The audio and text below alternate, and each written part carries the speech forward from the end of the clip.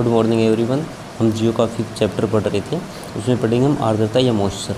आर्द्रता होती है वायुमंडल में नमी। हमने देखा हो कई बार सुबह के समय पत्तियों पर ओस जम जाती है तो वो नमी के कारण ही होता है। तो वायुमंडल में जलवाष्प की मात्रा को आर्द्रता कहते हैं। जलवाष्प जल है, भाप के रूप में वायुमंडल में चला जाता है, उसको जलवाष्प कहते हैं। वायुमंडल में उपस्थित जलवाष्प की मात्रा स्थान के अनुसार बदलती रहती है। कारण जहाँ पर पानी की मात्रा अधिक होती है वहाँ पर जलवाष्प अधिक होंगे, जहाँ पर पानी की मात्रा कम होगी वहाँ पर जलवाष्प कम होते हैं। दूसरा, ये तापमान पर निर्भर करता है। इनका संकेंद्रण तापमान पर निर्भर करता है या इनकी मात्रा तापमान पर निर्भर करती हैं। गर्म वायु ठंडी वायु की अपेक्षा अधिक जलवाष्प ग्रहण करती है। जैसे जैसे वायु गर्म होती जाती है इसकी जलवाष्प ग्रहण करने की क्षमता बढ़ती जाती है। वायु के ठंडा होने की स्थिति में उसकी जलवाष्प ग्रहण करने की क्षमता कम होती जाती है, क्योंकि जो वायु होगी वो अधिक नमी को ग्रहण कर सकती है और जो वायु ठंडी होगी वो कम नमी को ग्रहण करती है। वायुमंडल वाष्पीकरण की प्रक्रिया के द्वारा जलवाष्प प्राप्त करता है। वाष्पीकरण, जब जल भाप के रूप में वायुमंडल में चला जाता है उसको वाष्पीकरण कहते हैं। वाष्पीकरण वह प्रक्रिया है जिसके अंतर्गत जल तरल अवस्था से वाष्प में परिवर्तन या भाप में परिवर्तित हो जाता है, बदल जाता है। वायुमंडल में उपस्थित जलवाष्प की वास्तविक मात्रा को आर्द्रता कहते हैं। जो वायु में जलवाष्प की मात्रा अत्यधिक होती है तो संघनन की प्रक्रिया आरंभ होती है। संघनन की प्रक्रिया के द्वारा ही वर्षा होती है। अब संघनन की प्रक्रिया देखो, इस प्रक्रिया के अंतर्गत जलवाष्प जल की छोटी छोटी बूंदों में बदल जाते हैं। अगर तापमान अत्यधिक कम हो जाता है तो जल की बूंदें बर्फ़ में बदल दी जाती है। कोहरा, धुंध, ओस, बादल और वर्षा है संघनन के रूप में। अब देखो ये प्रक्रिया कैसी होती है। जल जलवाष्प के रूप में वायुमंडल में चला गया, भाप के रूप में। जैसे जैसे ऊपर की ओर जाता है उसका तापमान कम होता जाता है और ऊपर एक ऐसा स्थान आता है जो वही जलवाष्प की जो भाप थी वह वापस तरल रूप में बदल दी जाती है, तरल रूप में बदल जाती है। अगर तापमान और कम हो जाए तो वही भाप है वो बर्फ़ के रूप में उसके कण बन जाते हैं और वो जल वापस नीचे की ओर आता है। जब वही जलवाष्प तरल रूप में पृथ्वी पर आता है तो उसको हम वर्षा कहते हैं। वही जलवाष्प जब बर्फ़ के रूप में पृथ्वी पर आता है तो उसको हम ओलावृष्टि कहते हैं कि ओले गिर रही हैं। तो यही प्रक्रिया है कि इससे संघनन के द्वारा ही वर्षा शुरू होती है। उसके बाद में है वर्षा। पृथ्वी पर जल, वर्षा क्या है, पृथ्वी पर जल के रूप में गिरने वाला वर्षण है वो वर्षा कहलाता है। ये देखो जल चक्र देखो आप, समुद्रों से वाष्पीकरण हो रहा है, पेड़ पौधों या फिर घास से वाष्प उत्सर्जन हो रहा है, झील आदि से वाष्पीकरण हो रहा है। वायुमंडल में जाते हैं, बादल बनते हैं, फिर संघनन शुरू होता है, वृष्टि यानी कि वर्षा होती है और फिर बहाव के द्वारा जल है वो धीरे धीरे वापस से या कुछ भूमि का चला जाता है, कुछ वर्षा के समय ऊपर की ओर चला जाता है वायुमंडल में, कुछ महासागरों में चला जाता है। ये सर्कल है वो लगातार चलता रहता है। वर्षा की 3 प्रकार है। एक होती है पर्वतीय वर्षा। यह वर्षा तब होती है जब आर्द्र पवनें किसी पर्वत या पहाड़ी की ढाल के साथ ऊपर की ओर प्रवाहित होती है और अपने साथ लाई गई आर्द्रता को वर्षा के रूप में धरातल पर गिरा देती है। पर्वतीय वर्षा कहते हैं। इस प्रकार ये पवनें इधर से आ रही है, इसमें नमी की मात्रा अधिक है और इस पर्वत से टकराकर पवनें ऊपर उठती है, ठंडी होती है और उसके बाद में जो इसमें जलवाष्प होता है वो यहाँ पर गिरा दिया जाता है, जिसको हम वर्षा कहते हैं। भारत में अधिकतर वर्षा है पर्वतीय वर्षा ही होती है। कहा जाता है राजस्थान में सूखा क्यों है, क्योंकि अरब सागर से आने वाली पवनें है और अरावली पर्वत के समांतर निकल जाती है, इसलिए वहाँ पर वर्षा नहीं होती है। अगर यही पर्वत उन पवनों को रोक पाता तो यहाँ पर वर्षा होती। तो आर्द्रता से भरी हुई पवनें, नमी से भरी हुई पवनें जब किसी पर्वत से टकराती है वो पर्वत के साथ ऊपर उठती है और वहाँ पर वर्षा करती है। सामान्य वर्षा कन्वेक्शन रेनफॉल होती है। जब आर्द्र पवनें गर्म हो जाती है तो वायुमंडल में ऊपर उठने लगती है, गर्म होकर हल्की होकर फैल जाती है, वे ठंडी और संघनित होकर बादलों का निर्माण करती है और ये बादल सामान्य वर्षा के रूप में धरातल पर बरसते हैं। अब देखो इसने कहा आर्द्र और गर्म पवनें, यहाँ पर तापमान अधिक है, पवनें ऊपर की ओर जा रही है, पवनें गर्म हो गई, हल्की हो गई हवाएं तो ऊपर की ओर जाएंगी, अपने साथ कुछ जलवाष्प को भी लिए जाती है।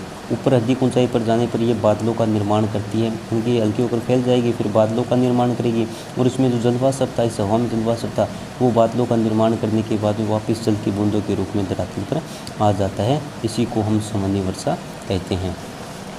उसके बाद में है चक्रवातीय वर्षा। चक्रवातीय वर्षा है 2 हवाओं के आपस में टकराने से होती है। साइक्लोनिक रेनफॉल, जब अलग अलग घंटों की ठंडी और गर्म हवाएं आपस में टकराती है तो मिश्रित नहीं हो पाती, आपस में मिल नहीं पाती। इस स्थिति में कम घनत्व वाली गर्म पवन हल्की होने के कारण अधिक घनत्व वाली ठंडी पवन के ऊपर खिसक जाती है, जबकि ठंडी पवन है धरातल के पास रहती है। यानी कि अलग अलग घनत्व वाली, अलग अलग भार वाली ठंडी पवन होती है उसका भार अधिक होता है, गर्म पवन होती है उसका भार कम होता है, क्योंकि वो हल्की होती है, फैल जाती है। जब ठंडी हवाएं और गर्म हवाएं आपस में टकराती है तो गर्म हवा है वो ठंडी हवा के ऊपर चली जाती है। वो ठंडी हवा में और गर्म हवा में जो जलवाष्प होते हैं वो जलवाष्प धरातल पर वर्षा के रूप में गिरने लगते हैं। इस स्थिति में एक वातागर का निर्माण होता है। गर्म वायु ऊपर उठकर बादलों का निर्माण करती है और भारी वर्षा करती है। इस प्रकार की वर्षा को चक्रवाती या वातागरी वर्षा कहते हैं। वातागर वर्षा ठंडी हवा और गर्म वायु आपस में टकराती है, उसको वातागर कहते हैं। वर्षा के लाभ क्या है? वर्षा है वो पौधों और पशुओं के अस्तित्व के लिए अति आवश्यक, हमें सभी पता है। अधिकांश भूमिगत जल वर्षा से प्राप्त होता है। वर्षा होती है तभी जल है भूमि के अंदर जाता है। यह पृथ्वी के धरातल पर स्वच्छ जल का प्रमुख स्रोत है, यानी वर्षा का जल साफ होता है। वर्षा का अभाव में सूखा और जल अल्पता, जल की कमी की समस्या उत्पन्न हो जाती है, सूखे की स्थिति उत्पन्न हो जाती है। मौसम और जलवायु की उपयोगिता क्या है? Significance of the weather and climate. मौसम और जलवायु का हमारे दैनिक जीवन में बहुत ही महत्व है। मौसम की जानकारी किसानों के लिए बहुत अधिक उपयोगी है, क्योंकि किसानों के द्वारा फसलों का उत्पादन किया जाता है और फसलों के लिए मौसम सबसे अधिक महत्वपूर्ण है, क्योंकि सारे उन्हें बीज बोने के लिए, फसल काटने आदि कृषि कार्यों का समय निर्धारित करने में सहायता मिलती है। अगर मौसम साफ होता है सभी प्रकार के कार्य किए जा सकते हैं, तो मौसम की जानकारी किसानों के लिए बहुत ही ज़रूरी है। सभी राष्ट्रीय और अंतर्राष्ट्रीय हवाई यात्राएं उपयुक्त मौसमी दशाओं के अनुरूप निर्धारित होती है। जब मौसम साफ नहीं होता है तो जितनी भी राष्ट्रीय अंतर्राष्ट्रीय हवाई जहाज़ है वो नहीं उड़ पाती है, साफ मौसम में ही वो यात्राएं कर सकती है। मौसम की भविष्यवाणी लोगों की यात्रा निर्धारण में यानी यात्रा करने में सहायता करती है। मौसम की जानकारी में बाढ़, तूफान, चक्रवात आदि के आगमन की यानी कि आने की पूर्व सूचना प्रदान करती है, जिससे हम अपना बचाव कर सकते हैं। तो मौसम की जानकारी बहुत अधिक ज़रूरी है। मौसम पूर्वानुमान, वेदर फोरकास्टिंग क्या होता है? एक जटिल मौसम के बारे में पूर्वानुमान लगाना कि मौसम कैसा रहेगा जटिल प्रक्रिया है। इस कार्य में मौसम वैज्ञानिकों द्वारा अनेक आधुनिक उपकरण प्रयोग में लाए जाते हैं।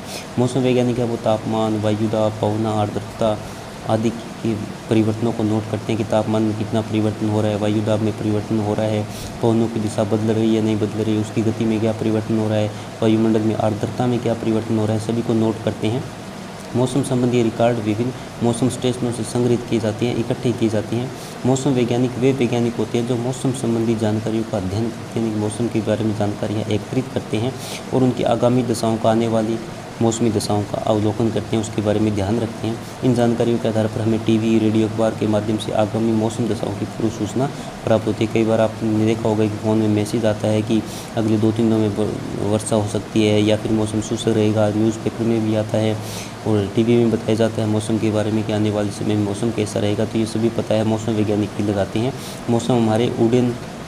मौसम पूर्वानुमान उड्डयन उद्देश्यों हेतु भी महत्वपूर्ण। उड्डयन यानी कि हमने पहले पढ़ा था कि हवाई यात्राओं के लिए भी ये महत्वपूर्ण है। विमान चालक को अपनी हवाई यात्रा के दौरान मिलने वाले मौसम के संदर्भ में पूर्ण जानकारी होनी चाहिए, जिससे कि वो आसानी से यात्रा कर सके। इसी प्रकार नाविक वो होते हैं जो समुद्र में नाव को चलाते हैं। किसानों के बारे में पहले पढ़ा कि मौसम की पूर्वानुमान जरूरी है। मछुआरे जो समुद्र में जाकर मछलियाँ पकड़ते हैं। अब नाविक और मछुआरों को इसलिए ज़रूरी है कि समुद्र में अगर तूफान आता है उनकी जान को खतरा हो सकता है। किसानों के लिए ज़रूरी है क्योंकि बीज बोने के लिए ये चाहे फसल काटते हैं या कृषि के अन्य कार्य करते हैं, अगर मौसम साफ है तो आसानी से कर सकते हैं। मौसम संबंधी जानकारी होनी चाहिए ताकि तूफान, चक्रवात आदि के आगमन का पता लग सके। और कुछ महत्वपूर्ण शब्द है, देखो मौसम क्या होता है? वायुमंडल दशाओं जैसे तापमान, आर्द्रता, पवन, वर्षा आदि के प्रत्येक घंटे या दिन प्रतिदिन की स्थिति मौसम कहलाती है। मौसम और जलवायु में थोड़ा सा फर्क है। जलवायु के दीर्घ काल में किसी स्थान का औसत मौसम उस स्थान की जलवायु को दर्शाता है। अब मौसम और जलवायु में सभी इन्हीं तत्वों का अध्ययन किया जाता है। तापमान, आर्द्रता, पवन और वर्षा दोनों में इन्हीं तत्वों का अध्ययन किया जाता है। लेकिन मौसम है थोड़े से समय में बदलता रहता है, 2-3 घंटे बदल जाएगा, 1-2 दिन में बदल जाएगा, जबकि जलवायु है बहुत अधिक है, 30 से 35 वर्षों में के बाद बदलती है। तापमान, वायु में मौजूद ताप और शीतलता के परिमाण को तापमान कहते हैं। वायु में मौजूद तापमान, वायु में गर्मी और उसकी ठंड के परिमाण को या मात्रा को तापमान कहते हैं। पवन, सौर विकिरण द्वारा पृथ्वी के असमान तापन से वायु में उत्पन्न गति। सौर विकिरण सूर्य के किरणों द्वारा पृथ्वी के असमान तापन, पृथ्वी पर जो तापमान है वो असमान तापमान हो जाता है, उससे वायु में उत्पन्न गति यानी कि वायु में एक स्थान से दूसरे स्थान की ओर चलने लगती है। आर्द्रता होती है वायु में किसी भी समय और तापमान में उपस्थित जलवाष्प की मात्रा को आर्द्रता कहते हैं। वर्षा, पृथ्वी पर जल की जल के रूप में गिरने वाला वर्षा, या सिंपल लिख सकते हैं वर्षा लिख सकते हैं। पृथ्वी पर आसमान से गिरने वाले जल को वर्षा कहते हैं। वायुदाब होता है पृथ्वी की सतह पर वायु के भार द्वारा लगाया गया दाब, यानी कि पृथ्वी की ये सतह है, पृथ्वी की जैसी ये सतह है, ये ऊपरी सतह ये पृथ्वी की सतह है, ये ऊपरी परत है। अब ऊपरी परतों का दबाव है पृथ्वी की सतह पर पड़ता है, उसको हम वायुदाब कहते हैं। इंपॉर्टेंट पॉइंट है, जलवायु है दीर्घकाल में किसी स्थान की औसत मौसमी दशाओं पर निर्भर करती है। लगभग ये इसकी डेफिनेशन है, सिंपल सी है। तापमान, पवन, आर्द्रता, वर्षा, वायुदाब मौसम के मुख्य घटक है। दोनों ही तापमान, वर्षा, आर्द्रता, पवन और वायुदाब ये सभी मौसम और जलवायु सभी के घटक, दोनों के घटक हैं। तापमान को तापमाप या थर्मामीटर द्वारा मापा जाता है, मापने का तरीका है, इंस्ट्रूमेंट है, यंत्र है। पवन की दिशा को वायुदाब मापी द्वारा मापा जाता है कि पवन की दिशा कौन सी, उत्तर है, दक्षिण है, पश्चिम है, कौन सी है। वर्षा की मात्रा को रेन गेज या वर्षा मापी यंत्र से मापते हैं। आर्द्रता को मापने हेतु आर्द्र और शुष्क बल्ब, आर्द्रता को मापने हेतु किसका प्रयोग करते हैं, आर्द्र और शुष्क बल्ब थर्मामीटर का प्रयोग किया जाता है। तो हमारा ये चैप्टर कंप्लीट होता है। उसके बाद में ये कॉलम दिया गया, इसके बारे में थोड़ा सा ध्यान से देखना आप। मंगलवार दे रखा है 31/8/2010 को कि अधिकतम 33 डिग्री तापमान, न्यूनतम है 23 डिग्री सेल्सियस। सूर्यास्त कब होगा, सूर्योदय कब होगा, चंद्रास्त कब होगा। चंद्रोदय, अस्त का मतलब होता है छिपना, उदय का मतलब होता है उगना। सामान्यतः वर्षा की संभावना दी है, बादल युक्त आसमान। बृहस्पति को अधिकतम आर्द्रता 100%, न्यूनतम 64%। इस प्रकार की जानकारियाँ हमारे फ़ोन पर या टीवी पर या अखबार में आती रहती हैं। तुम्हारा ये चैप्टर कंप्लीट होता है। फिर भी किसी को कोई दिक्कत हो तो आप पूछ सकते हो। Thank you.